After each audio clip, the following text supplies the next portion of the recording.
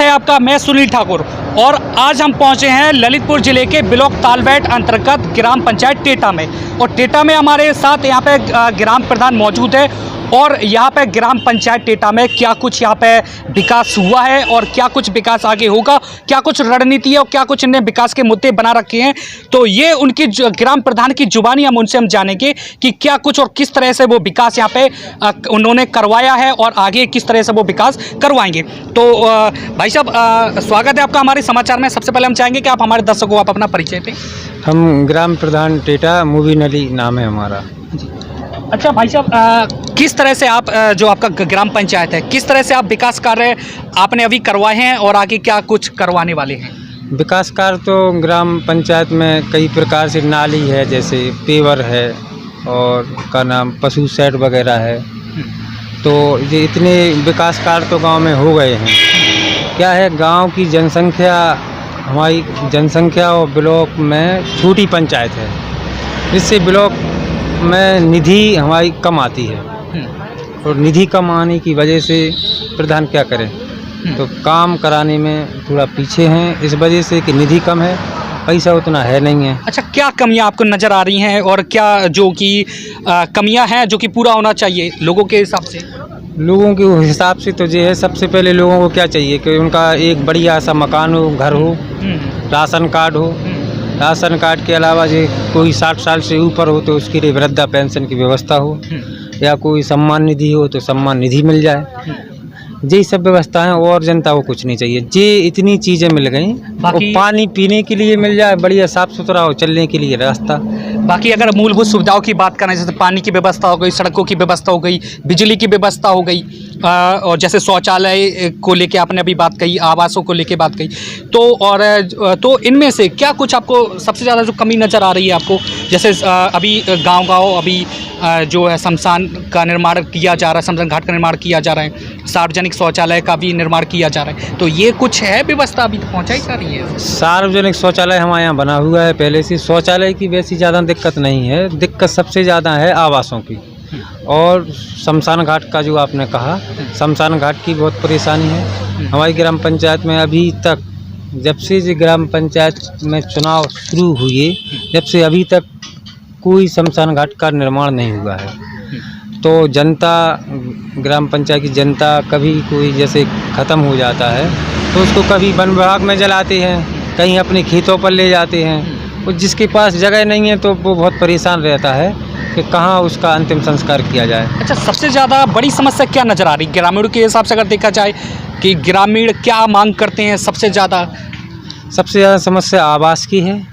आवास नहीं है गांव में, और हमारे गांव में कम से कम 300 परिवार ऐसे हैं जो पात्र हैं।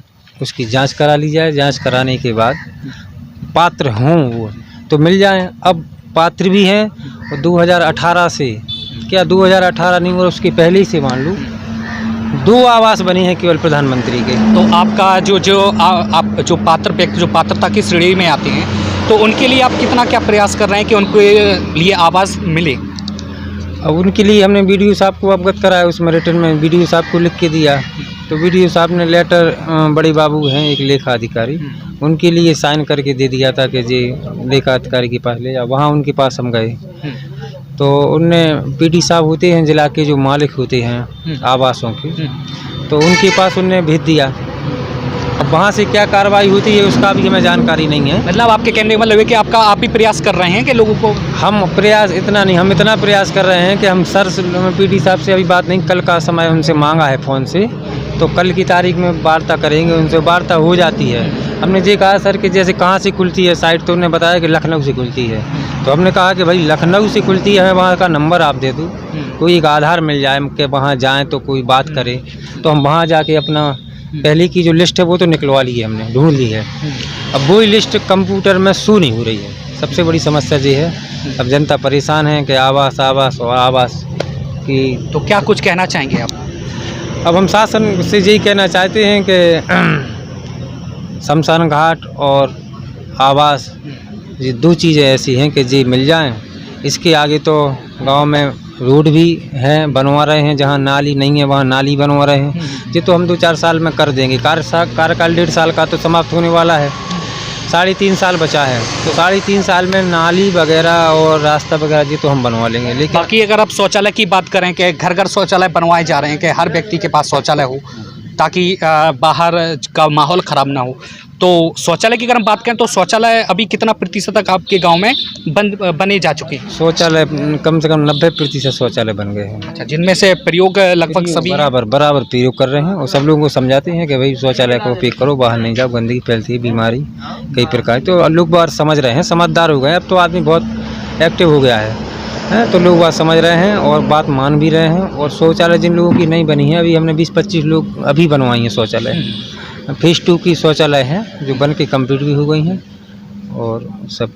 बाकी अब मोहल्ले और गलियों की बात करें कि बरसात का मौसम लग चुका है, पानी कहीं पे जमा ना हो और कीचड़ ना मचे, तो इसके लिए क्या कुछ आपने अभी व्यवस्था कर रखी है?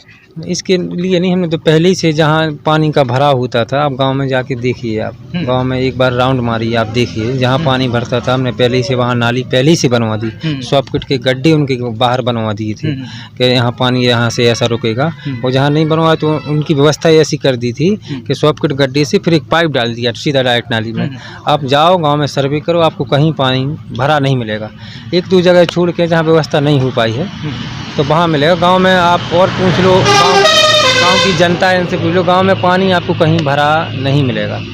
ठीक है, आपकी बातों से लग रहा है कि आप अपने काम को लेकर काफ़ी कॉन्फिडेंट हैं। अब बाकी अब बात करें शिक्षा व्यवस्था की, कि शिक्षा व्यवस्था की क्या स्थिति अभी बनी हुई है और क्या कुछ है? शिक्षा व्यवस्था की स्थिति अब गांव स्तर में तो देखो, एक प्राथमिक विद्यालय है, एक जूनियर विद्यालय है, 2 विद्यालय हैं। बच्चे स्कूल जाते हैं लेकिन पढ़ाई नहीं है स्कूलों में। जिस स्तर की आप बात कर रहे हो तो पढ़ाई तो बिल्कुल ये मान लीजिए कि कुछ कहो ही नहीं, पढ़ाई बिल्कुल नहीं है। अधिकतर लोग प्राइवेट स्कूलों में जाना, बच्चों को पढ़ाना पसंद करते हैं और वहीं बच्चे जा रहे हैं। जो क्या कारण है, वजह क्या है कि जिससे कि उचित व्यवस्था नहीं है शिक्षा की? शिक्षा की उचित व्यवस्था आदमियों की क्या है, जो टीचर लोग आते हैं गांव में, स्कूल में आते हैं, उनको 30-40 हज़ार तनख्वाह मिल रही है। उन लोगों के पास उनकी क्या मालूम कैसी मानसिकता है, पढ़ाना ही नहीं चाहते हैं। अभी आप जाके देखो स्कूलों में, आप जाते इसके लिए आपका कितना क्या प्रयास है कि शिक्षा की व्यवस्था सही ठीक हो? शिक्षा व्यवस्था ठीक के लिए तो अब मास्टरों को अपनी मानसिकता बदलनी पड़ेगी। शासन ऊपर से इनके ऊपर कार्रवाई करे, इनके ऊपर दबाव डाले। दबाव डालने के अलावा और हर महीने हम तो ये सोचते हैं, हर क्या महीने इनके लिए ऐसा क्या कुछ करना चाहिए कि ये शिक्षा व्यवस्था में सुधार लाया जाए? शिक्षा व्यवस्था में सुधार के लिए तो ऊपर से शासन ही उनके ऊपर सख्ती करेगा, जब भी शिक्षा व्यवस्था में सुधार होगी। आपकी कोई जिम्मेदारी नहीं है इसमें? जिम्मेदारी हमारी क्यों नहीं है, हमारी जिम्मेदारी तो है। हम जाते हैं, देखते हैं स्कूल में हैं और बच्चों से क्वेश्चन भी करते हैं कि ऐसा क्या होना चाहिए, शासन को क्या ऐसा करना चाहिए ताकि जो अध्यापक है वहाँ के सुधार लाया जाए उनमें, ताकि जो शिक्षा व्यवस्था भी ठीक हो सके? क्या ऐसा होना चाहिए शिक्षा व्यवस्था के लिए? इसके लिए तो अब क्या कहें, क्या होना चाहिए। शिक्षकों को पढ़ाना चाहिए अपनी बच्चों की तरह समझ के, लेकिन नहीं पढ़ाते हैं। क्या तो देखिए, यहाँ पे प्रधान जी का कहना है कि ग्राम पंचायत जो टेटा है, यहाँ का जो विद्यालय है, तो यहाँ पे शिक्षा व्यवस्था ठीक नहीं है, जिससे कि उनके बच्चों का जो भविष्य चौपट हो रहा है। तो शासन ने ये भी बताया कि शासन को कुछ ऐसा कुछ करना चाहिए ताकि यहाँ की जो शिक्षा व्यवस्था है वो उसमें सुधार लाया सके। तो बाकी जो लोग हमारे समाज, हमारी वीडियो को जो लोग देख रहे हैं, हम उनसे यही कहना चाहेंगे कि आप भी अपनी राय दें कि क्या सुधार होना चाहिए और ऐसा क्या होना चाहिए कि शिक्षा व्यवस्था ठीक हो सके। जी। बाकी अब बात करें आपके यहाँ की सड़कों की, तो सड़कों की स्थिति में कितना क्या सुधार है और आगे कितना क्या सुधार होना है? सड़कों की स्थिति में अभी 3-4 रोड बन गई हैं। सीसी की 2 सीसी बन गई हैं, 2 नाली बन गई हैं और जहाँ बनना है वहाँ उसके लिए वीडियो साहब से आईडी वगैरह ले रहे हैं और इस साल 4-5 सड़कें और 1-2 नाली बन जाएंगी। बाकी सड़कों की बात हो गई, सफाई व्यवस्था की भी बात हो गई है और यहाँ तक कि नालियों की भी बात हो गई, शिक्षा व्यवस्था की भी बात हो गई। अब हम बात करते हैं स्वास्थ्य की, कि स्वास्थ्य के क्या कुछ यहाँ पे व्यवस्था है, जैसे कि तो क्या कुछ यहाँ पे स्वास्थ्य की व्यवस्था, जैसे कोई व्यक्ति बीमार हो जाता है तो उसके व्यक्ति बीमार के लिए अब यहाँ से पास में 4 किलोमीटर बांसी है, वहाँ जाते हैं लोग। और 1 किलोमीटर जमालपुर है, गाँव में एक छोटे से प्रकार के डॉक्टर नहीं बैठे रहते हैं, झूला छाप डॉक्टर जिसे कहते हैं। झूला छाप एक डॉक्टर हैं जिनके पास कोई डिग्री नहीं है। नहीं, डिग्री बिना डिग्री के नहीं है, डिग्री वाले हैं। हाँ। छोटी सी डिग्री है, BAMS की डिग्री है, भोपाल से जहाँ से भी किया है उनने BAMS की डिग्री है, तो वो अपना इलाज करते हैं गांव में।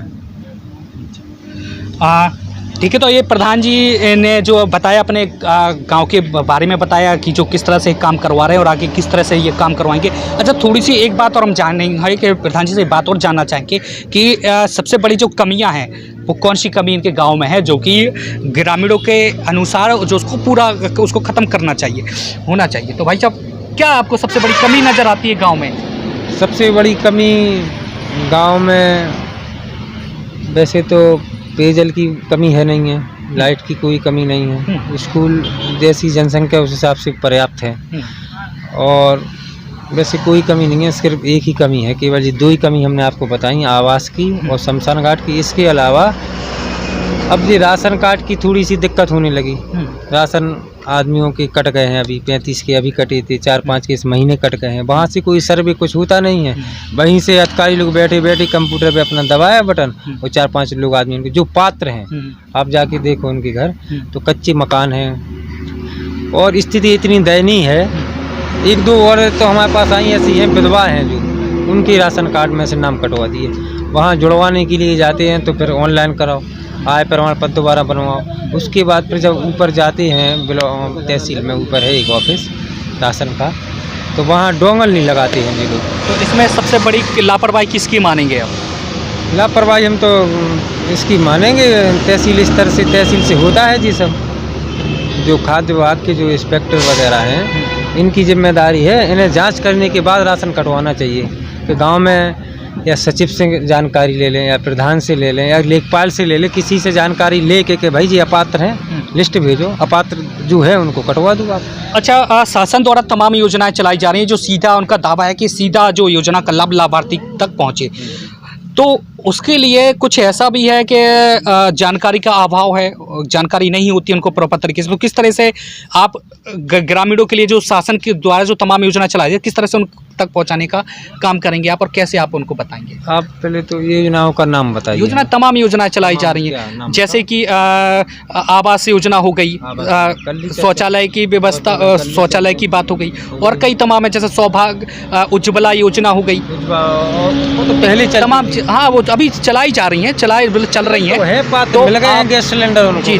तो आप उनको कैसे, किस तरह से आप सीधा कि उनको किसी को, कोई व्यक्ति ऐसे भी होते हैं कि जिनको जानकारी नहीं होती है और ज़्यादा पढ़े लिखे भी नहीं होते हैं, तो इधर से उधर दफ्तरों के चक्कर काटते रहते हैं। इस समय हम बताएं सब, देखो जानकारी हर आदमी को है, कोई भी बात शासन की जो आती है, मोबाइल चल गए हैं, टीवी चल रही हैं, हर आदमी देख रहा है, सबको जानकारी है। कोई भी योजना लागू होती है, आदमी तुरंत जानकारी लग जाती है, हर आदमी को जानकारी होगी। आप कोई भी योजना बारे में पूछ लो, सबको जानकारी होगी। तो देखिए, ये प्रधान जी खुद आपको स्वयं बता रहे हैं कि सभी, जहाँ तक है कि सभी व्यक्ति को, सभी शासन की जो तमाम योजना चलाई जाए, सभी को जानकारी है, जो कि न्यूज़पेपर के माध्यम से, टीवी चैनल के माध्यम से जानकारी उनको मिलती रही है। तो बाकी अगर किसी को अगर जानकारी का अभाव रहता है तो वो सीधा क्या वो आपसे संपर्क कर सकते हैं लोग? बिल्कुल 24 घंटे सेवा। जी। तो ये बता रहे हैं कि सीधे 24 घंटे कभी भी आके जानकारी कर सकते हैं।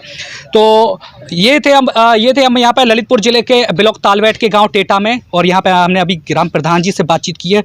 तो बने रहिए आप मेरे साथ, आपको और भी गाँव ले चलेंगे, वहाँ की तमाम क्या कुछ हकीकत है वो भी आपको रूबरू करवाएंगे। फिलहाल के लिए मुझे दीजिए इजाज़त, नमस्कार।